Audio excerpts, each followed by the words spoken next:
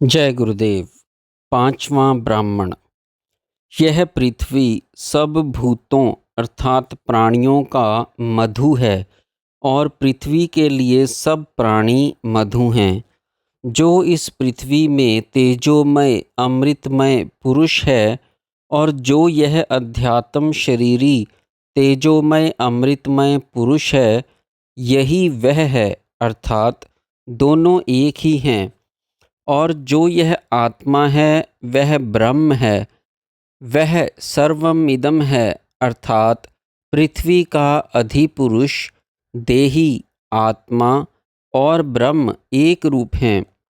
इसी प्रकार आपः, अग्नि, वायु, आदित्य, दिशाएं, चंद्र, विद्युत, गर्जन, आकाश, धर्म, सत्य, मनुष्य और आत्मा सबको, भूतों को मधु दृष्टि से देखा जाए तो इन सब के लिए भूत अर्थात प्राणी मधु हैं और इनमें क्रम से जो तेजोमय अमृतमय पुरुष है और तत्संबंधी अध्यात्म तेजोमय अमृत पुरुष है, दोनों एक ही हैं।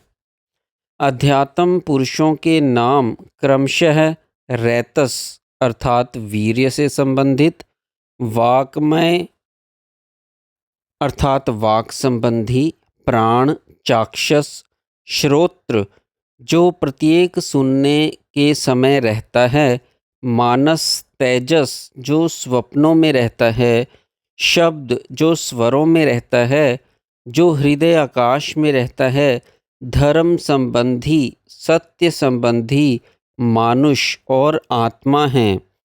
और यह अध्यात्म रूप आत्मा सब में अमृत है, वह ब्रह्म है, वह सब कुछ है।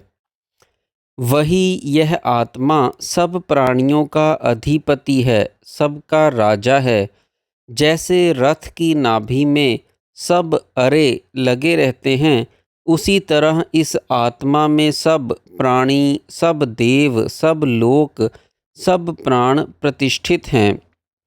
इसी मधु को दध्य ऋषि ने अश्विनी कुमारों को कहा था। उस मधु को देखते हुए ऋषि ने कहा, गरजने वाले बादल जैसे वर्षा नहीं करते हैं, हे नर रूप अश्विनी कुमारों, उसी प्रकार लाभार्थ किए गए तुम्हारे उस उग्र दंस कर्म को प्रकट करता हूँ।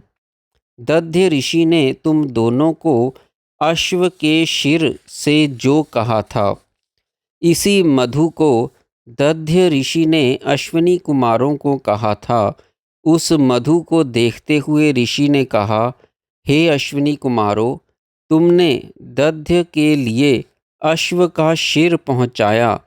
उसने तुम दोनों को मधु विद्या कही जो त्वष्टा सूर्य से संबंधित थी। हे दसों शत्रुओं को मारने वालों, तुमको वह कक्ष्यम मधु अर्थात गुप्त मधु कहा था। यही वह मधु है जो दध्य ऋषि ने अश्विनी कुमारों को कहा था। उस मधु को देखते हुए ऋषि ने कहा, परमात्मा ने दो पैरों वालों का पुर अर्थात शरीर बनाया, चतुष्पदों का पुर बनाया। फिर वही पक्षी बनकर उस पुर में घुस गया, इसलिए वह पुरुष कहलाता है, क्योंकि वह सब पुरों में व्याप्त है। ऐसा कुछ भी नहीं जो उससे आवृत ना हो, जो उससे व्याप्त ना हो। यही वह मधु है जो दध्य ऋषि ने अश्विनी कुमारों को कहा था। उस मधु को देखते हुए ऋषि ने कहा, वह प्रत्येक रूप के प्रति रूप हो गया ताकि उसका रूप व्यक्त हो गया।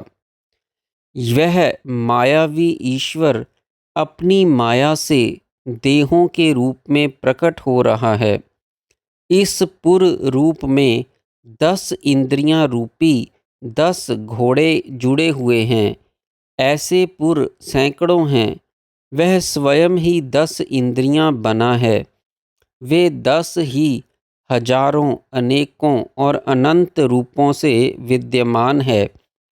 वह यह ब्रह्म अपूर्व कारण रहित, अनपर कार्य रहित, अनंतर भेद रहित और अबाह्य है, अर्थात वह बाहर भीतर अवकाश से रहित है। वहाँ देश काल एवं कार्य कारण कुछ नहीं है। यह आत्मा ब्रह्म है जो सबका अनुभव करता है, क्योंकि वह सब में साक्षी दृष्टा विज्ञाता है। छठा ब्राह्मण। छठे ब्राह्मण में मधु विद्या की परंपरा की वंशावली मात्र है, जिसके लिए मूल उपनिषद देखें। जय गुरुदेव।